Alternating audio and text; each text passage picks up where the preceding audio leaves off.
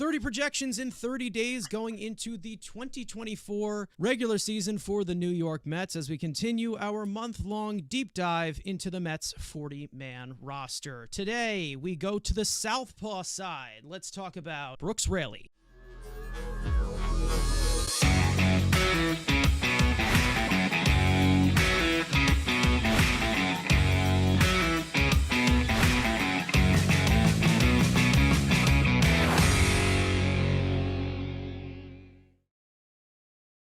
Now, last offseason, the Mets acquired Raley in a trade with Tampa in exchange for pitching prospect Keyshawn Askew. Giving the Mets a very rare taste of southpaw stability out of the bullpen, Raley posted a 2.80 earned run average, a 3.68 fielding independent pitching, striking out 25.8% of batters across 54.2 innings. As a side-slinging lefty who can basically do it all, Raley has reinvented himself in the past few years with a very repeatable motion, harboring explosive stuff with low velocity. Headlined by his super level sweeping action slider with RPMs over 2,900, a low 90s sinker with plus run, a high spin cutter in the high 80s, as well as a screwball style changeup. Although there was an elevation in walks last season, Raley still managed contact at an elite level, landing in the top 5% in average exit velocity and hard hit rate, and top 10% in barrel rate. Raley will be entering a 36-year-old season after the Mets exercised his $6.5 million team option over the offseason, including another potential year of control for 2025. He was what we hyped him up all offseason when we got him, made the trade, and he was, again, one of the best left-handed pitchers in baseball. Yes, he doesn't bring you the velocity, but he does everything else at an elite rate. You saw at the beginning of last year, struggled at the gate, but then once he got healthy and you start in that second half, you saw him in that high-leverage role, and especially now, he is probably the eighth inning guy, at least the seventh inning in high leverage. He's one of the two, obviously setting up, the greatest reliever of all time in that back end of the bullpen, and especially with other additions, he's more valuable and even can be used in separate ways that you can utilize him early in the game, late in the game, however you want to use him. Unlike Adam Ottavino, you can bring him in. You need a double play, he can get you the ground ball and bring in with runners in scoring position. He has no problem doing it. Love how Brooks translated from Tampa to New York. Again, a year older, which, again, unlike other pitchers aging, he doesn't use his velocity. So aging, I shouldn't be that big of a drop-off. But again, with pitchers, you never know, especially in today's game. But I'm expecting another great season out of Brooks. And hell, keep the trend going. Duplicate what you did the last 2 years, and you're still going to be one of the best left-handed relievers in baseball. When the Mets first acquired him, both of you guys were extremely high on him. I remember you guys going as far as to say one of the best left-handed relievers in all of baseball. Is it true? What do you think? He's very good. I'll give him that. I mean, he got off to a slow start when he first got here, a little bit rocky. But then once he got into the groove, I mean, like Andrew said, this was basically the Brooks Raley from Tampa when you look at the overall results when the season was over. Yes, the walks were up almost double, so that's not ideal. We don't want to double that again. But other than that, the results for the most part stayed the same. Pitched actually more games, but only one more inning. But with the kind of pitcher that he is, he doesn't necessarily have to be a guy who's strictly eighth inning because he is left-handed. I think because of that, he's someone that now that you also have Diekman, you could kind of use it, interchange them, and you kind of use Brooks Raley whenever you need him to get that big out against a left-handed hitter, or like Andrew said, he's one of your better guys with runners on base compared to someone like Ottavino. His age doesn't really concern me because, again, this is a pitcher who is not relying on velocity. So he's a guy that, as long as he still has that movement, that's all you're really asking for. So it's like we said, he had a good season last year when it was all said and done. And I wondered that now having Edwin Diaz, kind of similar to what we said about Ottavino in that episode, now having Edwin Diaz, having some more guys, he's not used in high leverage as much. I wonder if he becomes even better. I mean, that's kind of the hope, is that like now, the Mets aren't forced to use these guys in high leverage, that they now, if everything goes right, have the ability to use these guys in spots that kind of suit them the best. So I kind of hope that leads to just even better results, which is hard to believe with how good he's been the past couple of seasons. But I think that, if they can utilize these guys more to their strengths, it technically is possible. What I've liked about Brooks Raley for, not to mention so long, but ever since he came back from KBO and basically reinvented his entire game, one, he's a huge stat nerd, which I freaking love, but also the fact that you basically can put this man in any single situation and he can dominate from any different part of his game. He can get you a strikeout. He can get you a ground ball. He can contact manage. He can even give you 2 innings, which the Mets didn't really do much, but he also can do that. And also the fact that he can give you multiple innings, considering he doesn't throw as hard. Maybe if you are taxed in the bullpen, maybe if you are taxed in the rotation, maybe you could see this guy as an opener at one point, because he did start at the beginning of his career as well and can give you multiple innings. Just love the guy's slider. It's so explosive. Not many people can figure it out.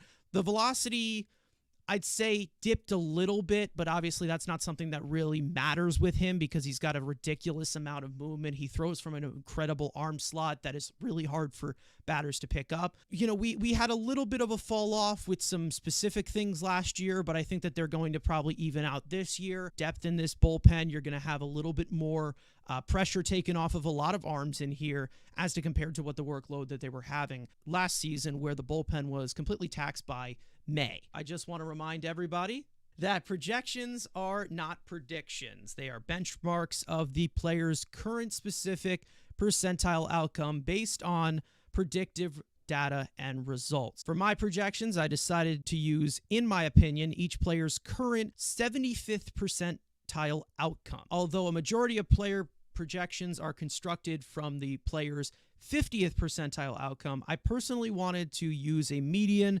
between sustainability and upside. It also gives everybody a very easy way to identify who I am high on and who I am low on going into the season. So as for Brooks Raley, even 62 innings pitched, striking out 25.6% of batters, a 7.1% walk rate, a 3.77 earned run average, a 3.40 fielding independent pitching, and even 1 home run per 9, and a wins above replacement of 0.5.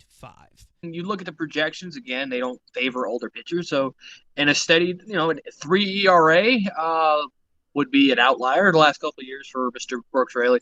But again, if I'm getting close to, and you could even see that's probably about it because they've brought in other relievers that maybe he's not used as much. Again, I still expect him to be the high leverage guy, but the depth that, Stearns has brought in, that maybe the innings, maybe, go with some of these younger guys, step up, maybe they can drop Roy a little bit, again, can play hot and cold, but again, Brooks is one of those guys who's been consistent. So the ERA has been going up 2.10, so he'd be at a 3 ERA. So I think we both, the projections might hate him, but I think we all kind of think around that 3 low high 2s. He's never hit 60 innings in the big league, so that's kind of a interesting part of the projection. But again, if I'm getting over 50 to 55 innings out of Brooks Raley, it's going to be productive ball. So the projection is a little bit harder on Raley, but I still expect him to be better than, I think, to beat that projection this year.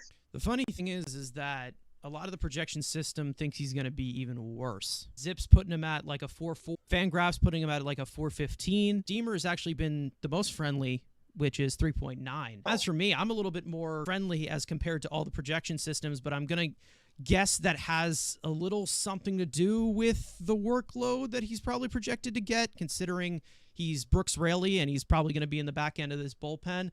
And, there's a lot of wait and see in this bullpen, so you never know which arms are actually. These projections are very interesting to me because the increased workload is interesting, considering that, to me, I think going into the season, the Mets have a better bullpen on paper than they did last season. And they have Edwin Diaz this year when they did not have him last year. So I think that having Diaz with these other pieces they've added, I would find it interesting to see Brooks Raley's usage go up. I really wouldn't have expected that. But also for his walks to go down, but still his overall production to go down as well, I think that didn't necessarily correlate. So I am very kind of interested that kind of came out based off all his projections that they have him on the down year. Again, I can see him being a little worse than he was this past season, but not as much as a lot of these other places are projecting. I don't think he'll see as many innings if everyone is healthy. At least he shouldn't, especially considering that he is going to be going into an age 36 season. So you don't want to overwork him, and then all of a sudden he's not as effective because you're using him so much. So again, I think that having the 2 lefties, if you wanted, like if you bring him in, you could bring him in for like a batter or 2. Like you don't have to necessarily have this guy be your 8th inning guy, pitch a whole inning. Like I don't know, you might be able to get more games out of him with less innings overall or something like that. So these projections are interesting to me. I kind of disagree with them, honestly. But again, I mean, the results out on the field will that'll be the overall thing that matters the most. No, I mean, I understand like the correlation between kind of bringing the walks down and then the results get a little bit worse, but I would say that he's probably going to pound the strike zone a little bit more. I think that considering how he was kind of just pulling off a little bit and walking way too many batters, you're going to see him kind of force the strike zone a little bit more. That's what I think is going to happen. Obviously, it's going to work out for him. He's going to get his results, but, you're going to get a technicality where, maybe he's given up a little bit more hard contact than you think, but overall, it's better for the contact management with the stuff that he actually has. But as for Brooks Raley, I think that he's just been a breath of fresh air recently, considering the fact that the Mets have kind of gone through lefty relievers and they just really have not really had good production from them. Or maybe they kill them, they don't bring them back. I mean, there has been a lot of instances where the Mets have not really seen much consistency, especially from this caliber that you have seen from Brooks Raley. Obviously, these projections are coming from his 75th percentile outcome. So if I were to say his 100th percentile outcome, you're probably looking at, what you got last year where it's like 2.9, sub 3, something like that. I think he's going to have a really good year, but at the current benchmark, that's where I would probably put him at. Obviously, Brooks Raley, we're expecting him to be as productive as he's been the last 2 years.